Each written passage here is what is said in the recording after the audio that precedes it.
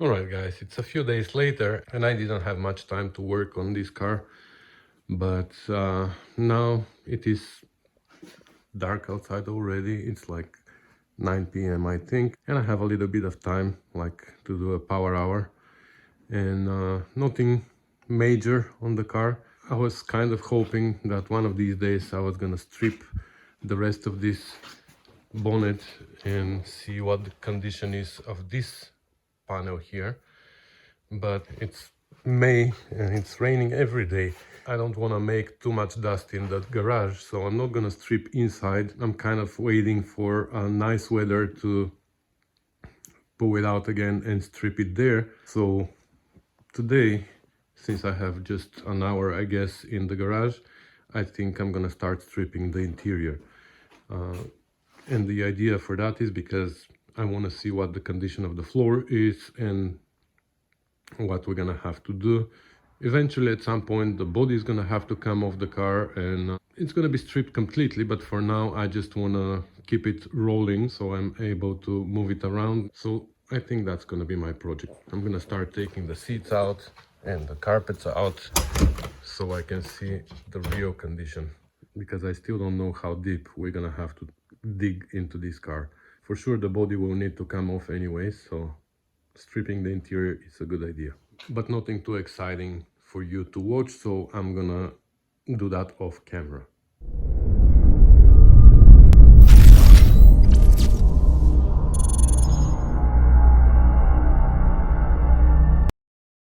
Well, actually guys, learn one lesson from my mistakes.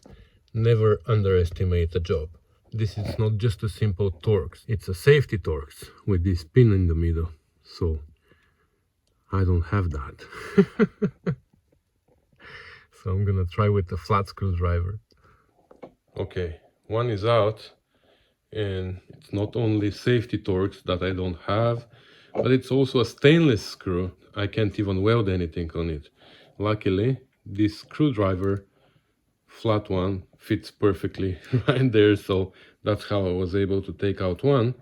Hopefully I can get out the other one too. At least it's stainless and it doesn't rust, so it's not seized. All right, I'm partially done here, and this floor, surprisingly, is good. Well, not all over. The rear half is okay, but the front half, it's already been repaired. And you can guess what that is, right? Fiberglass. This is all fiberglass. So I'm not really optimistic about this front part of the floor. And also based on that, where you can see that this side is really bad. So the front section is really bad. Again, on this rear section here is pretty good. Don't see much rust here, so this might be saved. But over there in the corner, you see where the inner seal is, there's this metal piece that is riveted, which tells me that underneath it's a mess. Probably something like this. And also we have the same piece on this side.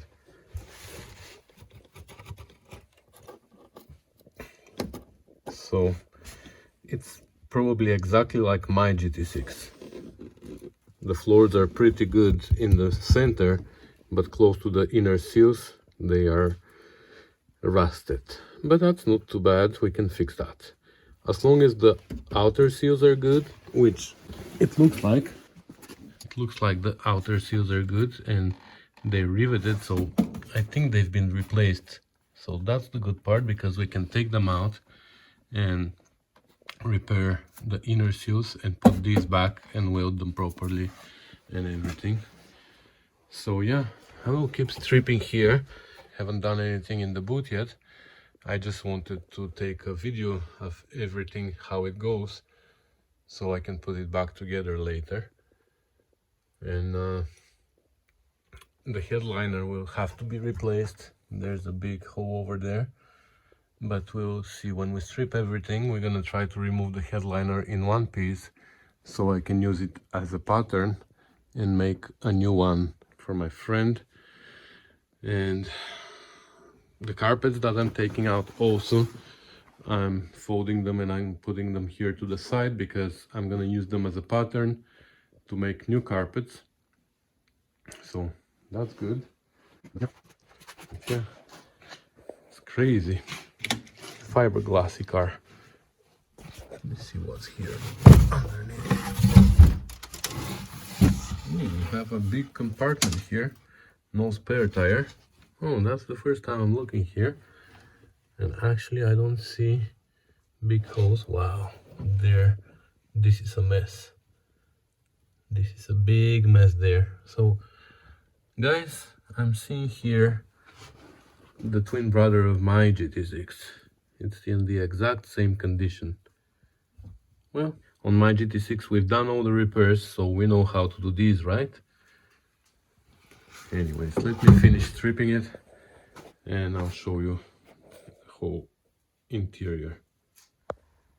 Okay, so I stripped the rear end here as well, and it's not too bad. At least here, where I had huge troubles on my GT6, at least here looks like I don't have them. So in the boot area, I guess only that part over there and that, I'm assuming it's the same, but the rest doesn't look too bad. And there's something interesting here in the passenger footwell. And there's this piece of metal here. I don't know if that's original. That seems to... that looks like something that somebody put there for whatever reason. I don't even know how it's held. Anyways, I've been for an hour here and I'm gonna call it a night. And next time we're gonna start stripping here the dash maybe. But I still want to have the car drivable for whatever reason, I don't know why. So maybe I'm not gonna strip the dash, but we're gonna remove the dash support so we can take out this piece of carpet, the last one, and then maybe we should start cleaning the floors here, remove those pieces of metal, see what's behind there. But I'm actually pretty optimistic. I thought it was gonna be much worse. At least these parts of the floor are good. The front ones will need to be replaced, but we will see how we're gonna do it, if we're gonna do original floors or maybe we can just put flat pieces of metal there if my friend is not concerned about originality. We can just put flat pieces of metal and forget about it. If not, we're gonna have to buy new floors and maybe we're gonna change the entire thing, or maybe we can just cut the front end and change only the front end. We're gonna see how we're gonna proceed, but I really want to clean this up with a wire wheel and inspect it and see if there's hidden damages, because this looks good, but maybe it's not that good as I'm seeing here. We will see. Oh, and by the way, look what I found inside the Triumph GT6 handbook. Look at that. It explains everything.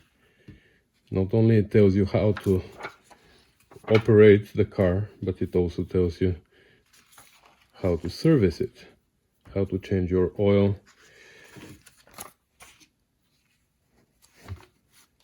Interesting. There was a joke on Facebook that I saw recently and I died laughing. It said, once upon a time in the handbooks, it was telling you how to change your oil, how to change your spark plugs and stuff like that. And nowadays it only says, don't drink the antifreeze. And it's true, you can't even find the fuse box in the new cars manuals. And service schedules, unfortunately there's not much in it. I guess that's the original owner of the car. Okay, here I'm gonna hide the address of the guy because I don't know, maybe he's still on that address since 67. who knows. So date of purchase June 22nd, 1967. Well, so maybe the car is 67 or maybe it's 66. I don't know. Unfortunately, there's not much here in the service area. It was serviced at 1,000 miles or 1,600 kilometers, which was 10th of July 1967, I guess. And that's his receipt. And look at that. Yeah, 10th of July 1967. The VIN number. I don't know. I don't speak German, but somebody might. Hoger 555 is my friend from Germany. Maybe he can translate this for us.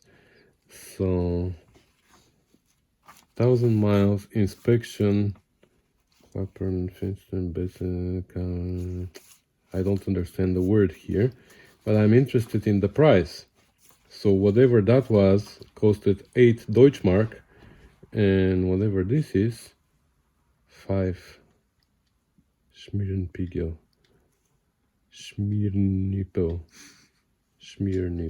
I don't know. That was 4 Deutschmark. 8 plus 4, no tax, total of 12 Deutschmark. I guess this was just an inspection, maybe it was oil change, I don't know. But 12 Deutschmark. And he picked it up on 11th of July 67. And that's it. There's no more logs into the book. But anyway, that was interesting to find. All right, it is another day, and today the weather outside is fantastic.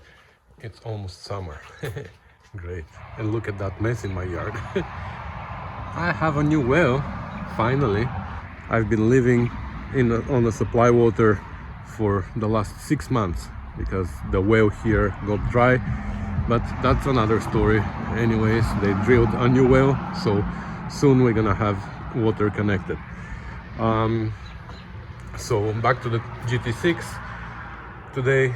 Since the weather is so beautiful, I think we're gonna take out the bonnet outside and we're gonna strip a little bit more on this side to make sure that this side of the bonnet is in a good shape and can be repaired, or if we need parts for there too. And then who knows, maybe we can also pull out the car and start stripping the outside.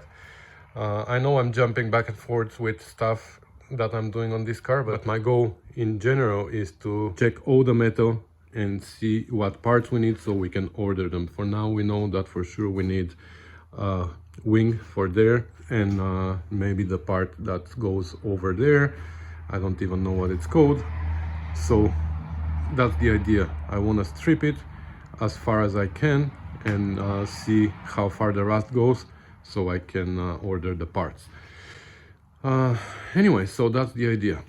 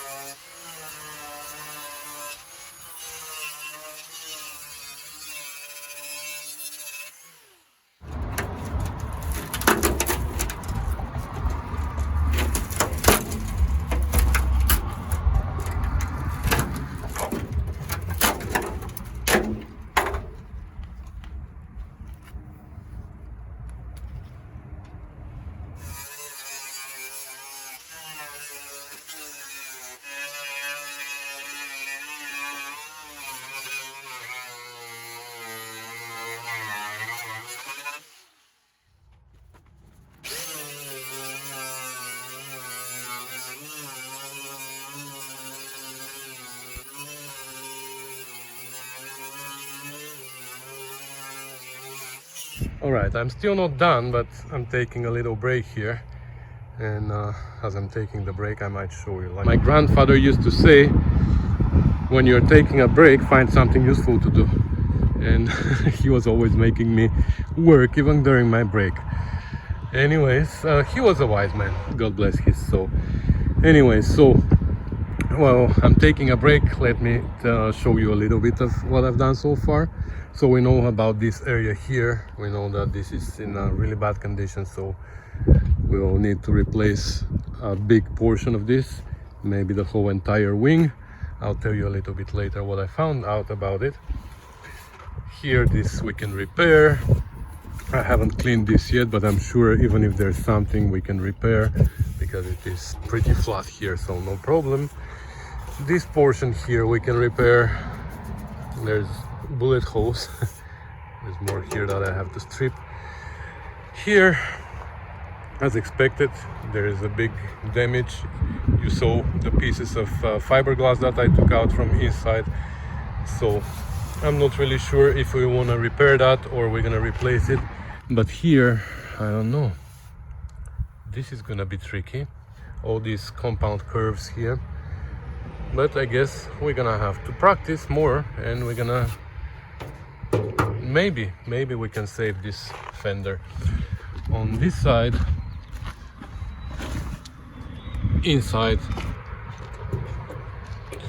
here, the wheel well needs work, but I think only this corner is bad, so we can repair it, and a little bit here, but this is not a big deal. We can take out this inner well and fix it outside of the car and fix everything here and then put them back together.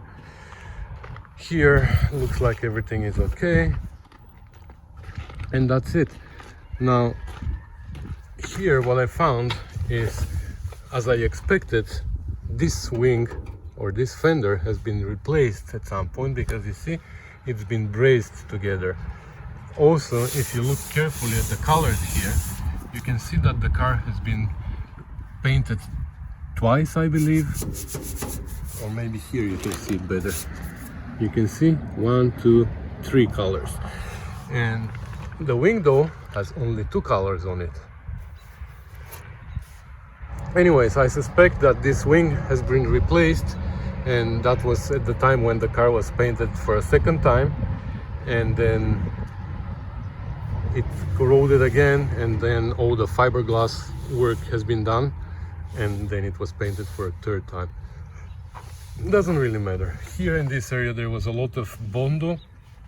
I just left this chunk for you to see how thick the bondo was, and that was this whole entire area here. For whatever reason they put bondo there, and I thought that there might be some damage there, but it looks like there's nothing. I have no idea why they put so much there, but anyways. And then there were cracks on the paint here and there, so I cleaned them to see if there was something underneath here, but there's nothing. But anyways, back to work. Alright, so I think this is where we're gonna stop with the bonnet.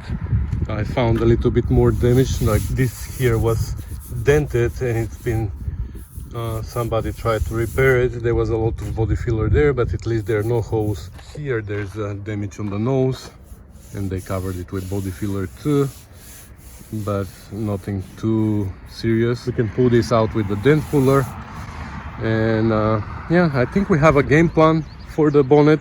So I'm not gonna strip it to bare metal completely now, because I think we found everything. We're gonna do that after we do all the welding and we start getting it ready for paint, and of course that's when we're gonna find more and more places where we need to weld. Anyways, so I think I'm done with this. Now I'm gonna come inside, and I'm gonna strip the rear end of the car. We're gonna remove the lights, the bumpers and everything, and then we're gonna pull it out and we're gonna start stripping. I'm interested in this area, the wheel arches left and right, the doors, etc.